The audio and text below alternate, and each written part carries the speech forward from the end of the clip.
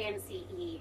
It's my 5th show on the radio, so thank you for everybody joining in. All of these guests that we're having on the radio have been so amazing and generous with their time here out in the Airstream, and I'm so excited to have a lineup all the way through October for the Daily Tea with Lady J. And today we have Bud Branch, who is one of my dearest friends here in Taos. I had just moved back in the end of January, and we met at yoga where all good friends meet, and I was able to go see him perform one night, and we got into talking, and I just thought how amazing would it be to have Mr. Bud Branch on the radio. He has an historical line of instruments that he'll be playing, but today we have a couple of different instruments that he's featuring on the program. So let's give a big warm welcome to Bud Branch. Thanks, Jay. How are you doing today? So far, so good. We are streaming worldwide, so this is very exciting.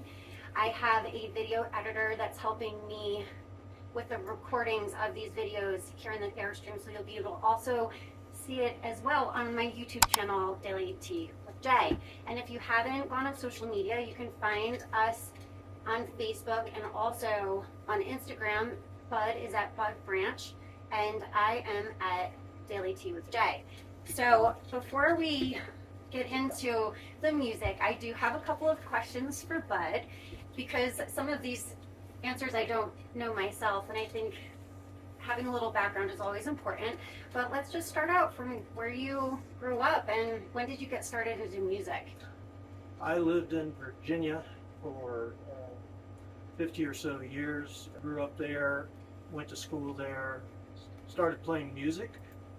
My mom had me on piano for 6 years until I was age 12, and then I heard some James Taylor, and then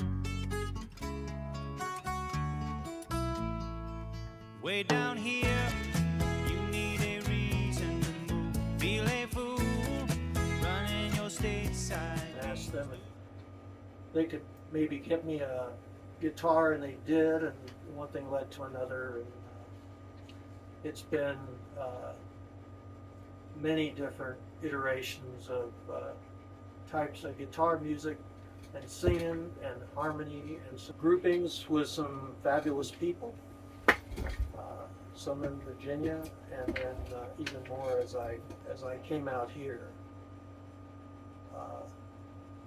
COVID was a big deal, slowed everybody down, and during that time I got interested in clawhammer banjo. I should loop back and say that on my 10th wedding anniversary, my then wife gave me my first banjo. It surprised me with that, and that was a big deal, and has been a consistent part of my music going forward, and it still is. But in COVID, I got interested in the clawhammer banjo. Turns out there's a lot of people who want to learn that out here, so that was one of my first remote teaching gigs. It's a very relaxing style of music, kind of hypnotic, trance-like. It's big in old-time music, and there's a lot of there's always banjo jokes, you know. And one of the jokes about clawhammer is that there's a very fine line between playing clawhammer banjo and not playing banjo at all. It's just not as machine gunny as the Scruggs style music that everyone is used to, you know, the Beverly Hillbillies kind of sound. So I love it now. It's relaxing for me. My cat likes to listen to it, and my sweetheart does too. So. Could you explain the biggest difference then between the banjo and the clawhammer? Sure. Well, the Scruggs style banjo is played with metal finger picks on your thumb, middle, and index finger, and it's picked pulling in your hand and plucking the strings from below. The clawhammer banjo is played mainly with the back of an index or a middle finger. There's a whole culture built up around things you can do to make your index fingernail sound good. And I've used a lot of things over the years. The most fun one was taking colored ping pong balls, cutting a section out and gluing it directly to the top of my nail. These days I'm using something that's pre-manufactured by a smart guy in North Carolina, and having pretty good results with that. At least I think it sounds good. I'll let y'all be the judge. I remember in yoga actually wondering why your pointer finger was spearmint color and nothing else was painted, but I thought that was just artistic. Not artistic, it's all functional. I play banjo with my stroking down with my index finger. That's the only finger that needs to have a precisely sized nail, and a nail that's very consistent and hard, and gives a nice pop when I hit the strings. So. Fun fact. What is the instrument you're playing on today? What I'm mostly going to be playing today is a style called melodic clawhammer, which has a lot of individual notes, some brushes, a lot of articulation with the left hand, and a more clearly defined melody that's accomplished with drop thumbing and alternate string pull-offs and hammer-ons and different things like that, and trying to put all those things together into a continuous fluid sounding line. And that's kind of the game I'm involved with, is making melodic sounds that for instance my fiddle partner can play along and emulate those melodic lines. It's a matter of attention to detail, slowing down, and close listening. I learn a lot of what I do from listening to other recordings, and it's surprisingly complicated, I can only imagine. I received an acoustic guitar for my birthday, and I can play one chord. Nice. Perhaps we can have a jam session once I get into it a little bit, but I was also inspired by the actual tunes that you play go so far back. What was one of the oldest tunes that you play on your clawhammer jammer? We're playing a tune written in the 40s that was written by Doc Boggs called Country Blues, which is, it seems like there's a theme in this music that pertains to drunkenness, depravity, moral failings, and crime, and those kind of things. And this tune is of that ilk. Why don't we get right into the music? Take it away, bud. Is this coming through okay?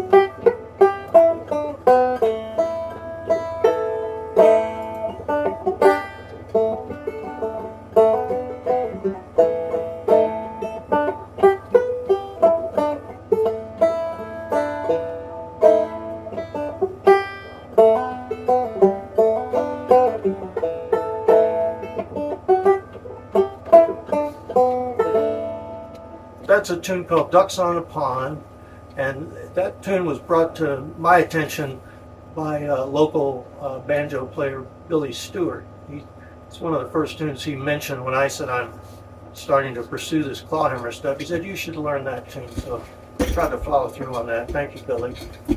Thank you, Billy. And I think it's important to understand what's behind the music. And you mentioned depression, drinking, crime, moral failings. How would you feel your music now and your tunes speak to today?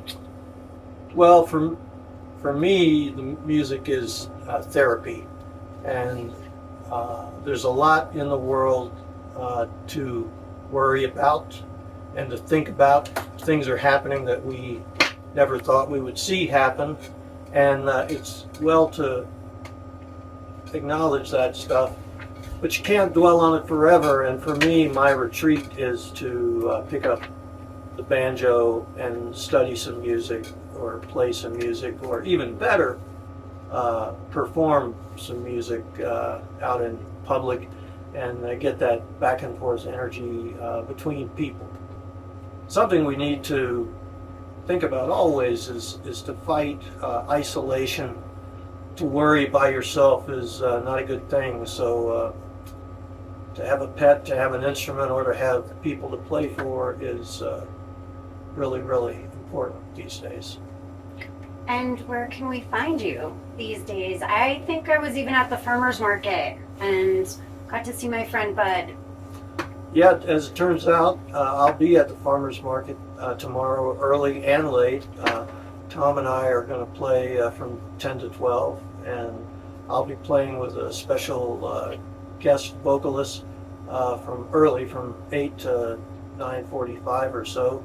Trying out some new things, always trying out some new things, treating our audience as a crash test dummy. Looking forward to it. And the first instrument that you picked up was an acoustic guitar? Yeah. And were you professionally trained, or how did you pick it up and learn? You know, it's always seemed fine to me to listen closely and try to make the same sounds that the other guy is making. This is back in the day when I would sit in front of my parents' stereo and put a 33 RPM piece of vinyl on the platter and slow it down to 17 and listen to the music an octave lower but twice as slow and tease out the details. And that's always been my happy place, to dig in and solve that puzzle. I just love that process. So, I learned tunes when I was 13, 14, 15 by brute force listening, trial and error, that now with a few clicks on my mouse I could have the tablature served up to me on my printer and just read it off perfectly. But I still have a soft place in my heart for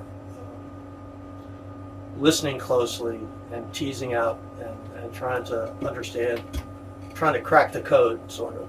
Do you teach here in Taos? Yeah, I teach guitar, mandolin, banjo, and even some ukulele. Remote teaching, over the web. I've got a banjo student in San Antonio, yeah.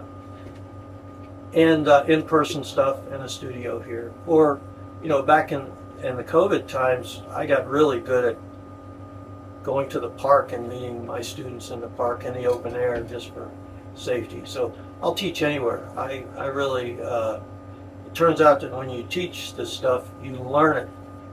Invariably, you learn something new yourself. So it's just part of being a growing musician is to teach. Well said. And folks, I think I found myself my guitar teacher and friend. Very true. I always said when I was educating for hair, every time I educate, teach, coach, I learn something. I've had the opportunity to listen to Bud a few times here in Taos, and it's been really wonderful to get to hear that music live. It's got so much history to it, and we were just talking about how it actually pertains to today. I loved how you spoke to it, and that music is therapy, and it can really take your mind away from everything. I feel like it also raises the vibration. So if you are feeling down or my mind gets clustered, I always go to music. Yeah, and let me follow on just a little bit with that. A big thing that I did when I got here was to make a connection with the retirement village and the people there who were responsible for enrichment programs for the residents, and I offered to come in and play a little music. You know, until you've witnessed it, you don't realize how powerful music is to the folks who don't get out much, who don't get much attention. And I took on a practice of playing there, and also inviting musical friends of mine to join me to let them in on the fun. And that's been a wonderful source of cross-pollination, musical connections, and was where the band that I'm working with now really had its genesis. So it's a really sweet thing to do for yourself and for the people who listen. It's just been a couple weeks ago, I stumbled on a woman who said, yeah, my mom was there, and she remembered you. She's deceased now, but this woman I was speaking to had been positively, well, she really appreciated the fact that I had been there with her mom in years past. So that's a really good feeling. This music is not, it doesn't stay where you are. It has ripples and it sort of resonates outside after you're gone. People are still enjoying it. So We'll go into the next tune. just play another traditional tune that's associated with open back banjo. Oh, let me see. Oh, this is maybe not as popular. This is a tune called Rock Andy. And see what you think. It's got kind of a funky feel to it.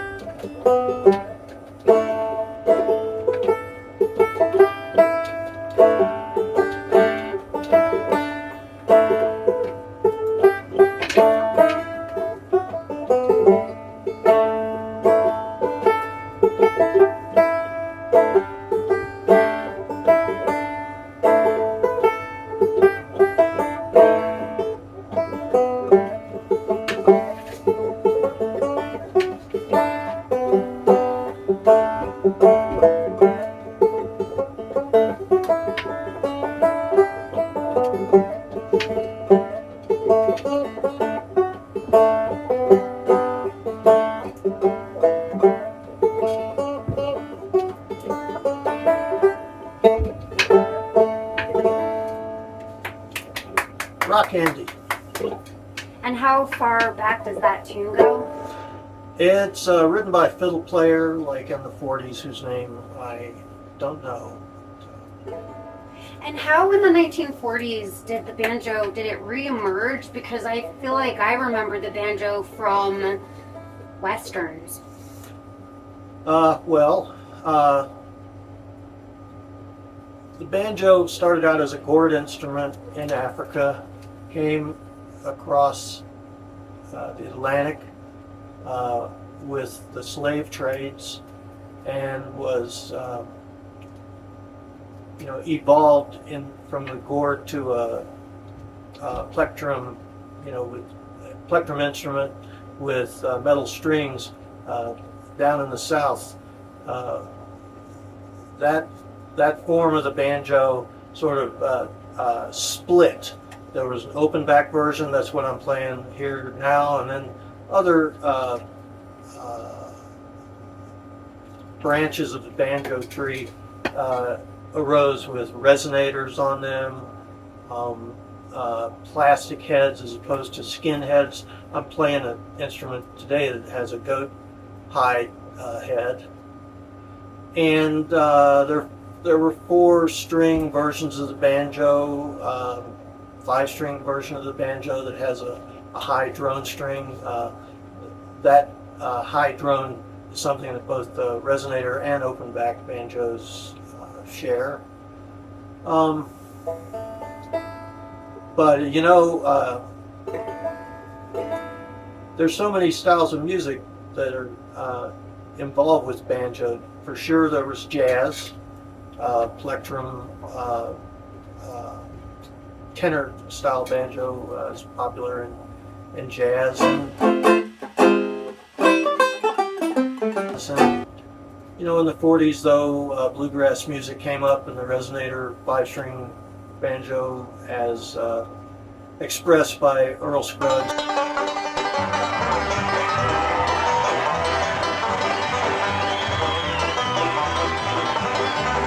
That's what everyone is kind of tuned in on for bluegrass music. Old-time players, though, play these open-back banjos. Sometimes metal strings, sometimes gut, sometimes with frets, sometimes without. It's a whole slot bucket of different types of instruments. And why would you choose the open back versus another? Well, there's a sound thing. The resonator on the back of a banjo pushes the sound out like little machine gun bullets to your audience. They're very sharp and pointed. The open back banjo doesn't have a resonator back there reflecting the sound out, so the sound comes back at the player and gets a little bit muffled and softened. So it's a more lazy sounding, hypnotic, trance-like effect. And it also uses uses the thumb. That high note you're hearing is the thumb in between each of the each of those strokes. So it's just a type of music that for me is very soothing and interesting and sweet. It is very sweet, and that melodic kind of trance-like almost reminds me of a sitar and how it keeps vibrating into the next. And that, I feel, is what really takes you away in music. Yeah. Pretty cool. Thank you for sharing. And I'm curious if you write your own tune. In general, I don't write tunes. I've written one tune. Let's see, I guess I can play a little bit of it if you... Let's do it.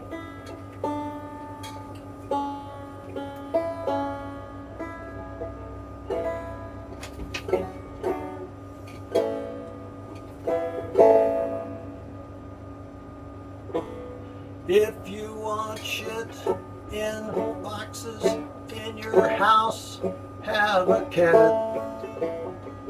If you want shit in boxes in your house, have a cat. Have a cat. Have a cat. Very cute. What's your cat's name? Julie and I have 4 cats. My cat is named Ranger. And Ranger has good musical ears. Oh yeah, he's a big fan. You also have, outside of music, some other underlying passions. Well, I've had 2 careers. construction and computers. And it turns out that cameras are just teeny little computers. When I first got into digital cameras, it was fairly straightforward for me to learn their ins and outs and all the things that they can do and to get control of that. So I started to do long exposure photography, night photography, dance photography in order to capture motion in a still photo. And I did all the more conventional things like weddings and pets and kids, but for sure the night sky stuff is really captivating. Point your device up there and treat it, give it the right settings, you can come away with images that are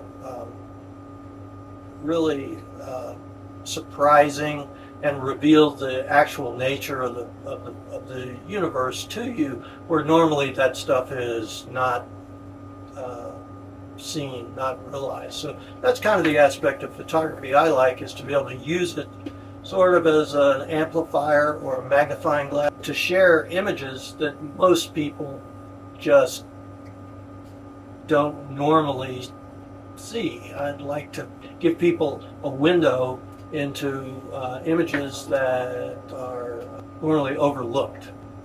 High shutter speed bird photography, hummingbirds, stopping a hummingbird in flight, that kind of stuff.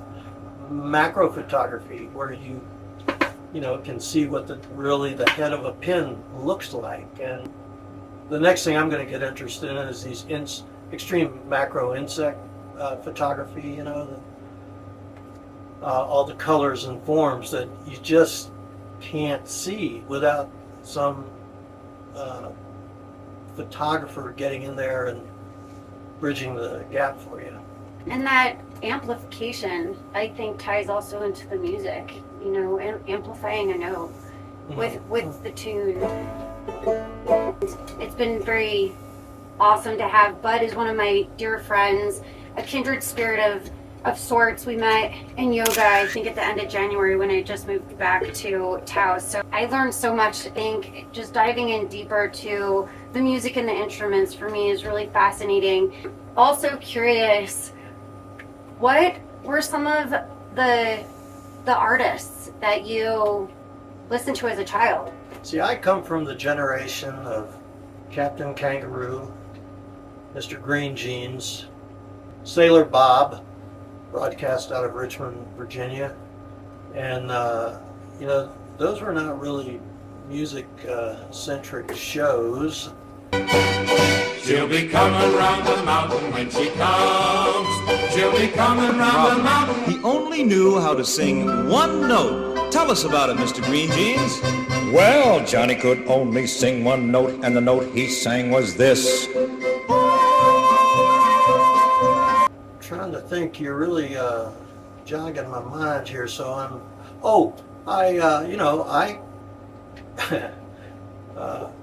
I was in public schools. I was recruited to play a part in a show and sing a little tune about me and my shadow and me. And I did that and had a lot of fun with it. Never mentioned it to my mom or dad. And they came to the show and were stunned that I was out front singing a solo. So that was kind of fun.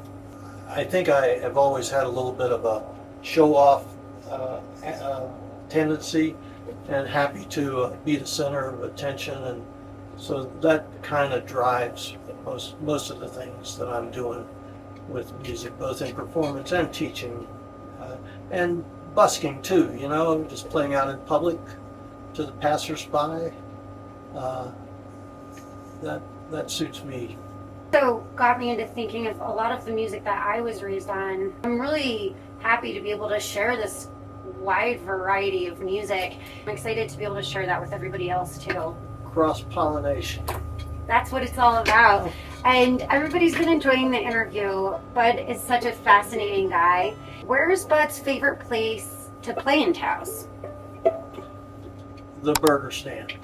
And you played there last night? Yeah, And why do you love the burger stand? because it's a regular gig, and the food is really good, and they like us there, and it's a good vibe. Indoor, outdoor, dogs welcome, great burgers. They have a new menu. My favorite are fried cheese curds, so if you're into that. And they have good salads too, so there's something for everyone there. Every Thursday, 7 to 9 at the burger stand, you can find Bud with his banjo and another variety of instruments. And I would love to have Bud play another tune for us. I'll give you a little bit of a tune, which is Davy, Come Home and Act Like You Ought to. Here we go.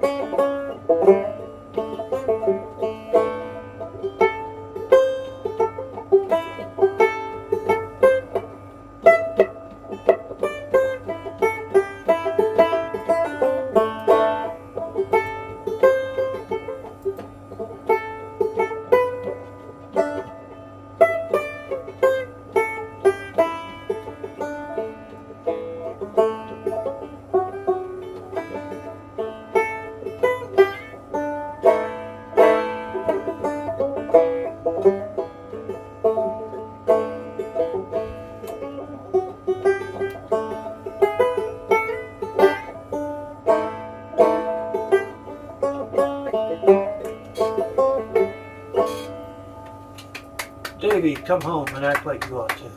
I'm going to lead right into really what do you do outside of your music if it's not integrated?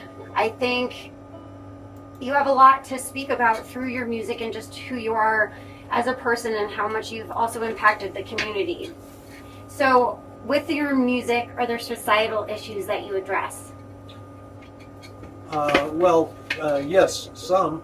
And, when I'm out there busking it, I typically will have a protest sign next to me to make a silent statement and also to inspire conversations with passersby.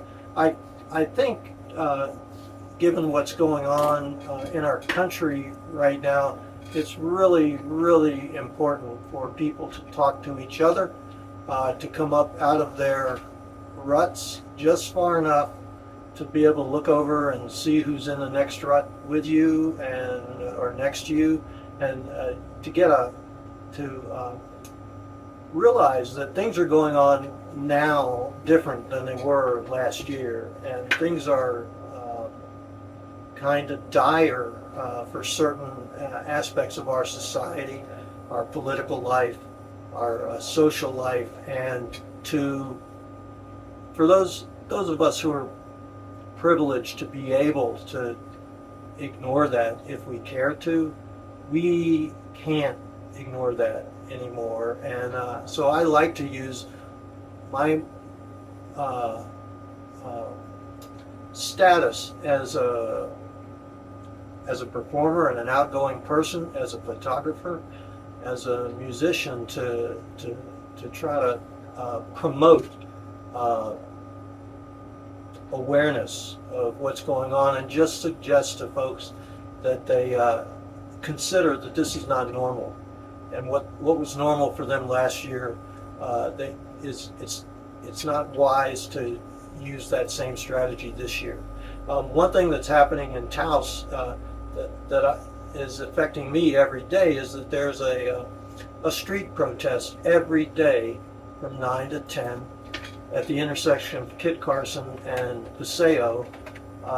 We have signs, we have music, we try to interact with passersby, especially car traffic, and just do what we can right now where we are to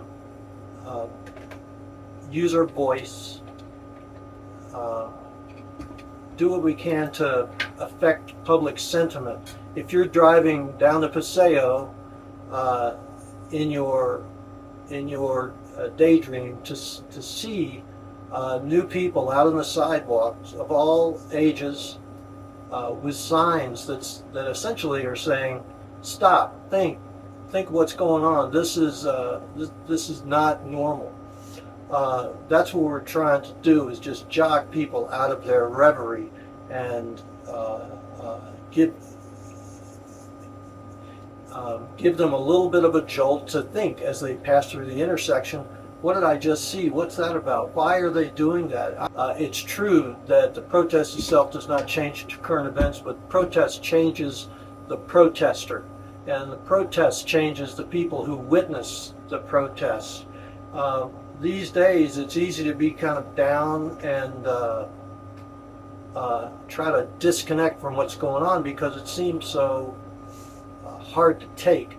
Suggests that the antidote to depression and sad feelings about all this is to do something. It's to express yourself.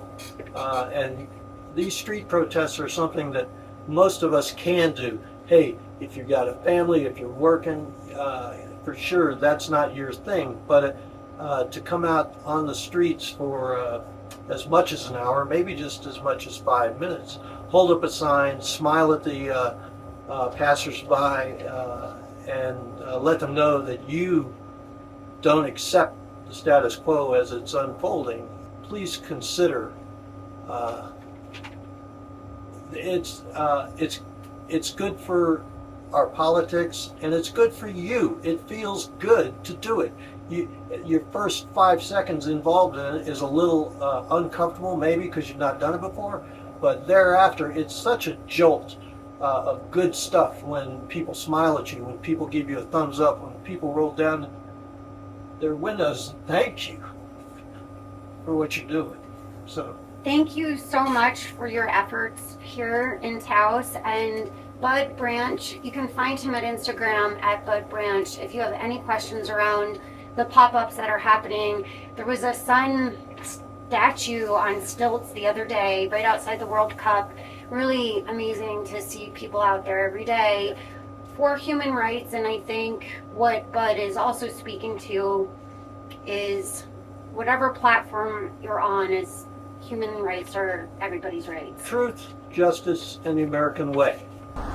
So if you're driving by, honk your horn. I know Bud is doing a Brights for Rights movement, which started with Ross Perot, I believe, back in the day. I do remember that campaign, and that was for democracy. So driving around with your brights on is another way of acknowledging if you don't feel comfortable being out on the line or the heat is too much. I know it's very hot this summer, but if you don't feel comfortable, and I know a lot of people experience anxiety in crowds in those situations, Absolutely. there's other ways to get involved and maybe even just spread the good word for all of these amazing people getting out there on the front lines every day. Thank you so much, Bud, for your optimism as well. The fact is there's 330 million Americans, and only a very small fraction of those are in power. maybe 100 million are in tacit agreement with the administration. But of what's left, half of them are disconnected and not paying attention, and the other half are on the right side of history, in my opinion. So our game is to raise people's awareness, get them just to consider, just for today or this week or this month or this year, get in the fight, do something. You'll feel a lot better for it. And when comes a time where, you know, the grandkids are asking you what was it like back there in 2025, you can say, you know, I was out on the street. We made a difference. So just think about it. Thank you so much, Bud, for your contribution.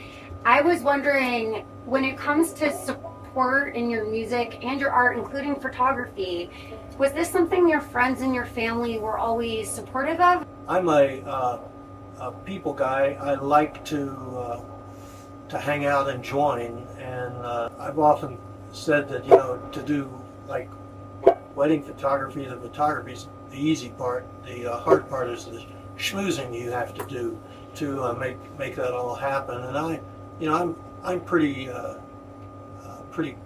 good with that. But it's a mixture. It's a mixture of social media and in-person interaction, you know. Before we get into the next tune, what is one piece of advice you would give to a young aspiring musician like? The fact is that if you practice something, you need to get to the point where you are successful through practice at something. That will light a fire under you. You'll become self-driven to practice, and through repetition, you know, figure out how this stuff works. And the cool thing is, you know, when you first come to music, it's all a mystery. How can people be doing this? But at a certain point, if you put the time in, all of a sudden you'll get some success, and at that point you'll catch fire. So you just have to get over that hump of being able to pack one little piece of music, and then that opens things up for you. You realize anything you hear is attainable through practice, and you'll get excited, and it'll be a cool thing. And from someone who teaches some banjo, it's very clear. I can see it when it happens in a student. They get to a point where they're just self-starting, and they'll come to the next lesson and be into something that I did not have anything to do with, and that's very gratifying.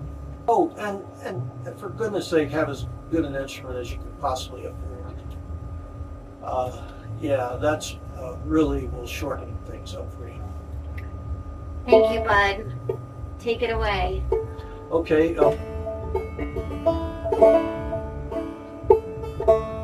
This is a tune called Sadie at the Back Door. So I hear it again. I'm not sure who wrote it, but it's a tune about a cat.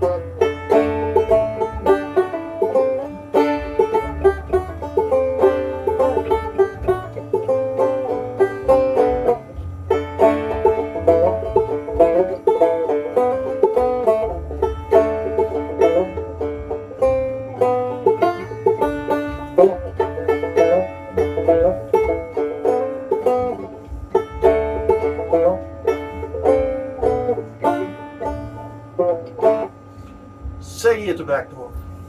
If you're just tuning in, it's just about 1:20. We'll break in just a little bit. We're here at the Daily Tea with Jay, and it's KNCE, TrueTaosRadio.com on the DJ Blaster. Everybody is enjoying. What an interesting and kind man. Love listening to Bud and hearing him play and speak.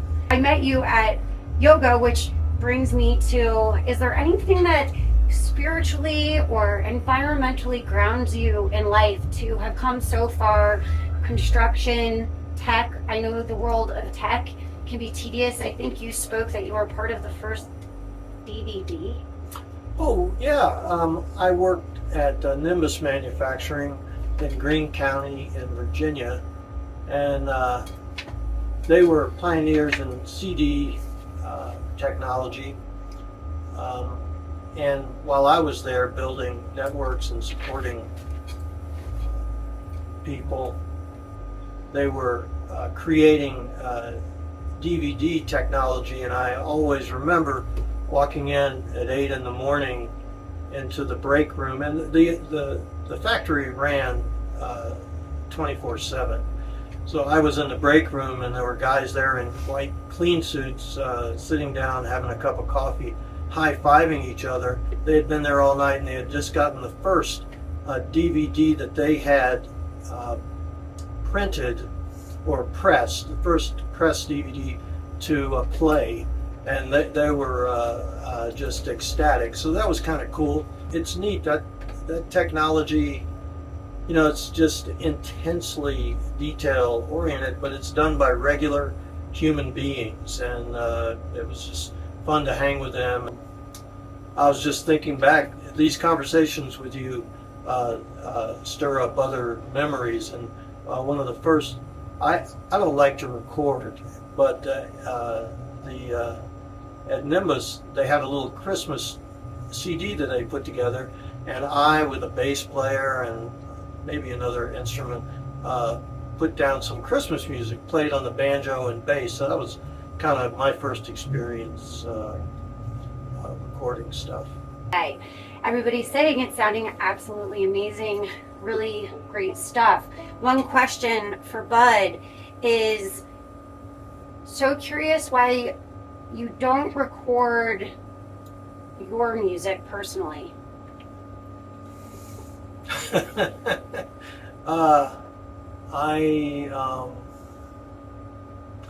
Well, it's always changing, and I guess in my experience in a recording studio, it's been a continuous loop of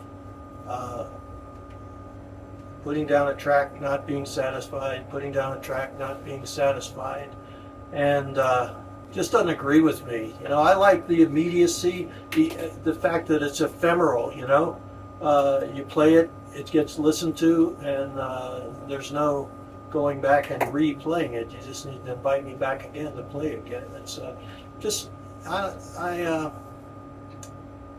just doesn't agree with me for some reason. Maybe I need some therapy. I don't know. Well, if music is therapy, it actually parlays to my question before, because that's a very Buddhist sandcastle and on the beach type of reference with the music. And Yeah. Is that something that you feel in life? Absolutely, it's another example of non-attachment. You know, just don't get too attached to how you sound today or what's going on today, because it's the nature of things to go away or to drift into something new. We have Onyx Rim, and he, she, they, I'm not sure, also plays the claw hammer.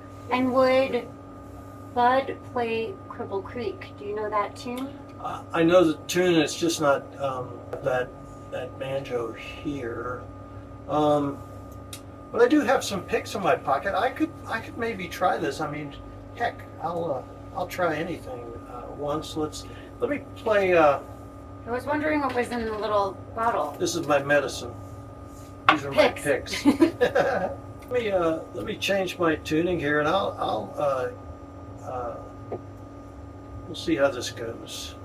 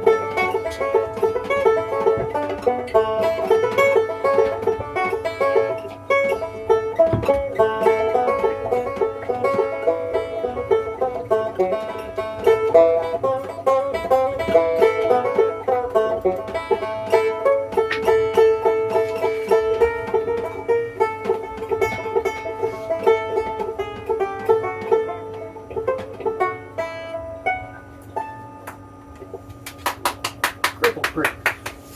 Thank you for the impromptu. Maybe for the novices or who might, like myself, not understand what the difference is and why the pick makes a difference to be able to play that particular tune. Well, it's that tune requires 3 fingers to play it: the thumb, the index, and the middle, all kind of coming together in a picking motion in a roll. The clawhammer banjo is essentially you're playing with your back of your index finger and the thumb occasionally, and it just, you cannot get that roll or the picking pattern. You can't execute it without the picks. On top of which, this banjo is set up for that clawhammer style. The action is low. You might have heard my picks touching the head of the banjo as I was playing that tune there. It's just it's all types of minutia that go into the difference between the two. And but I was game to try it, and I hope it came across okay as a legible version of Cripple Creek. And what are some of the agendas for your next shows? Burger Stand every Thursday. Yes, private parties as we are invited. We really love those. We have weddings on the calendar. We have we love house parties. They're so much fun. Small venues with friendly people who are there to listen, which is just a whole different thing than a room full of people who are at a restaurant eating, and you're the you're providing kind of background noise music for their eating experience. House concerts are really satisfying to play because you feel like you're really connecting with folks. What is the easiest way to get in touch with you in order to book? BanjoBud@gmail. That would be the thing. BanjoBud@gmail, and I'll have all of those links on my Instagram at Daily Tea with Jay, and YouTube is also Daily Tea with Jay. Each episode will be uploaded in a fun, edited version from one of my dear friends and artists. Comfy Komodo has been really generous with her time and making some pretty cool output so that all of the artists can also enjoy on YouTube as well. I'm curious, as I'm sure a lot of other people are as well, is how do you find the time to balance everything? I think it's something personally, I'm also a Gemini, and I tend to be all over the place in my thoughts, but I love production and I love celebrating other people. I am also a communicator. You were mentioning you love attention, and I see it as more as you know where to shine and know how to help other people shine as well. And that's what being an educator is. At least it was for me. It wasn't about the fame or the notoriety. It was about really seeing something shine inside somebody else that they might not have even seen inside themselves. How does that speak to you as an artist? Well, I know that it's to be an artist is a mixed blessing. For sure, I have the ADHD diagnosis, and that's so my tendency is to move in many directions at the same time.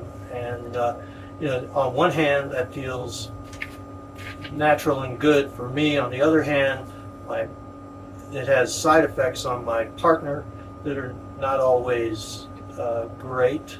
And for sure, if you're with someone whose tendency is more slow and or turned inward as opposed to bouncing around and connecting with other people, it can be a little bit of a conflict. But maybe that's not all bad. I mean, there's got to be some conflict. That's kind of adds to the spice. And that can be very hard for a partner. I also feel that I know my coping skills and how to manage it. And when I start to feel overwhelmed or something can make me very emotional, that's where I know I'm tipping the scale.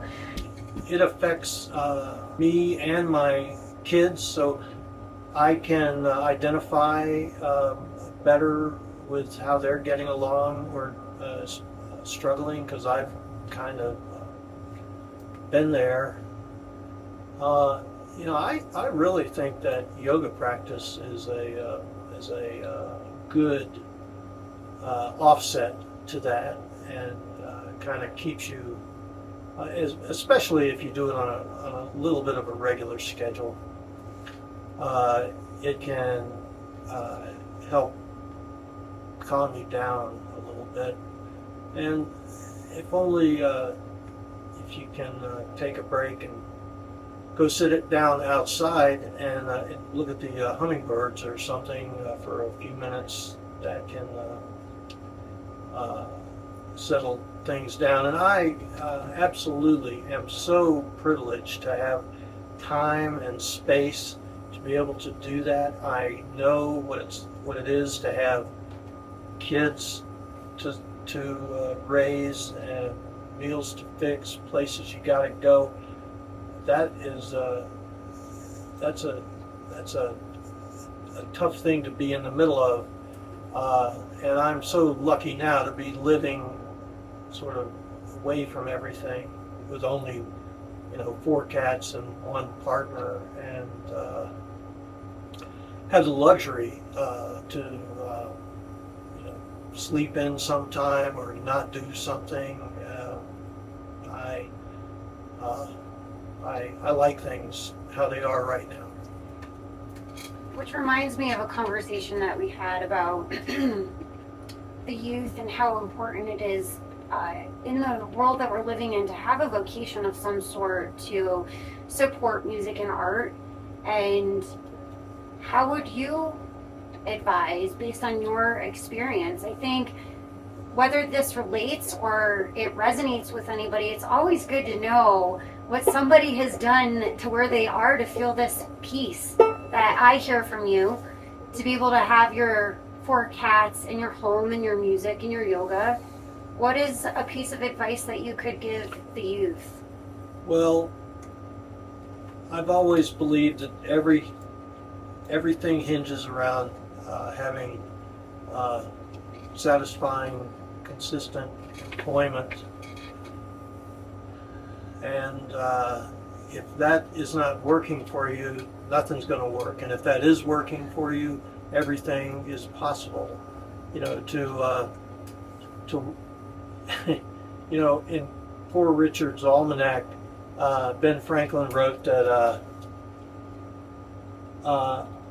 Well, I'm paraphrasing crazy, but if your income is $90 and your expenses are $100, your life is miserable. And if your income is $90 and your expenses are $89, everything is perfect. So it's just getting to that point where your burn rate is just a little bit under your income rate, and take it from there. That gives you a platform to do everything, and until you get there, you're really chasing your tail, I think. And to try to fill that gap with try to fill that critical gap with something as changeable, variable, and uncertain as music is a tough way to go. You know, I would want to get over that hump first and then pursue the music. Thank you so much for sharing, and very well said. Thank you. Thank you for the hope. We've received a lot of messages on the DJ chat. It really is about spearheading hope, and thank you for coming on this radio show with me, one of my dear friends, and hope is really what it's all about. So, Bud, I'm going to let you go on with your music. We've been listening on the claw hammer banjo. This next tune is called Bonnie Prince Charlie, and this is my sweetheart's favorite that we play, so hope I can pull it off.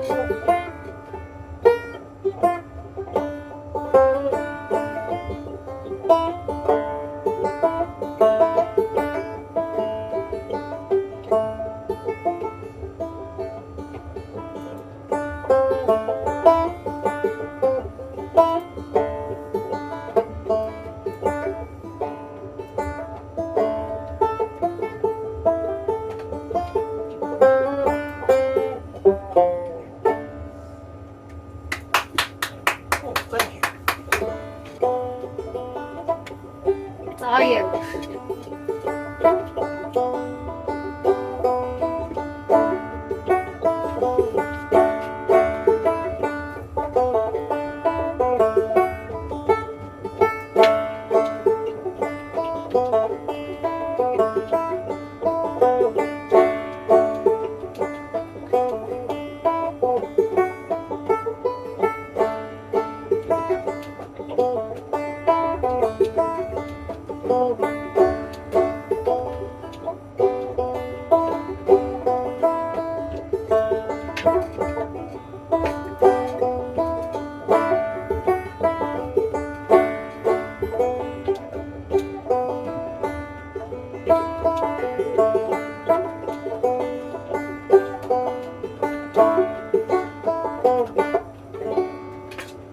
That was Julianne Johnson, and I wouldn't want to be on the radio playing this banjo without shouting out to Dave Dillard, Nashville Banjos, who built this banjo for me.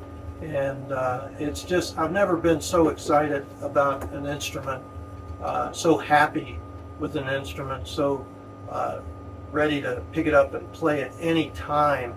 It's so responsive and gives me back everything I put into it, and it's really been a wonderful new thing in my music practice to have a wonderful instrument like this. So, Nashville Banjos, Dave Dillard.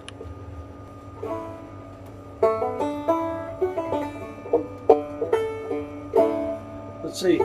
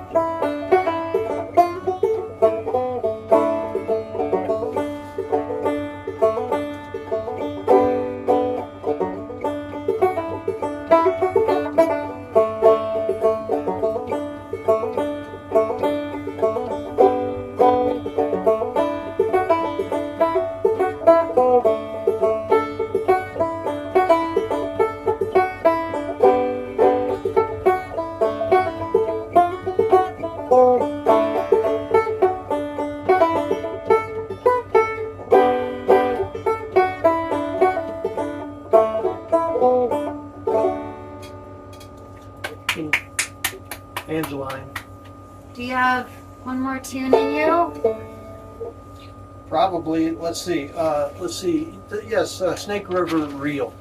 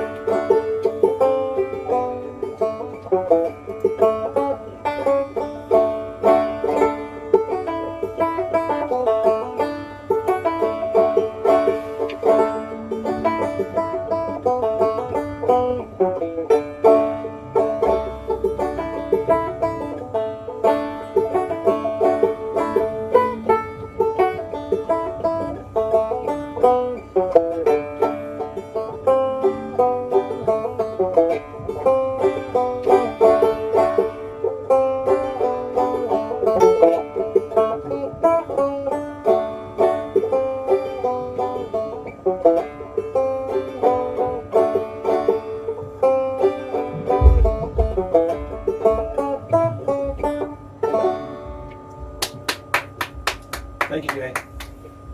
I love to end on fun facts. 3 bud branch fun facts.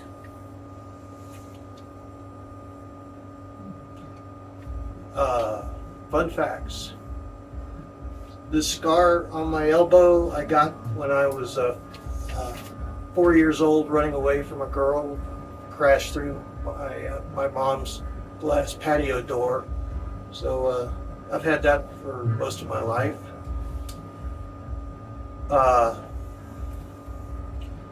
wear colorful shirts when I perform because my sweetheart Julie always makes sure, she's always got her antennas out for fancy shirts. Thank you, Julie. I love, but you can't see it through the airwaves, but on the YouTube, a phenomenal, flashy with cats. With cats, it's Thank kind of you, a Julie. Picasso style. It is, love it.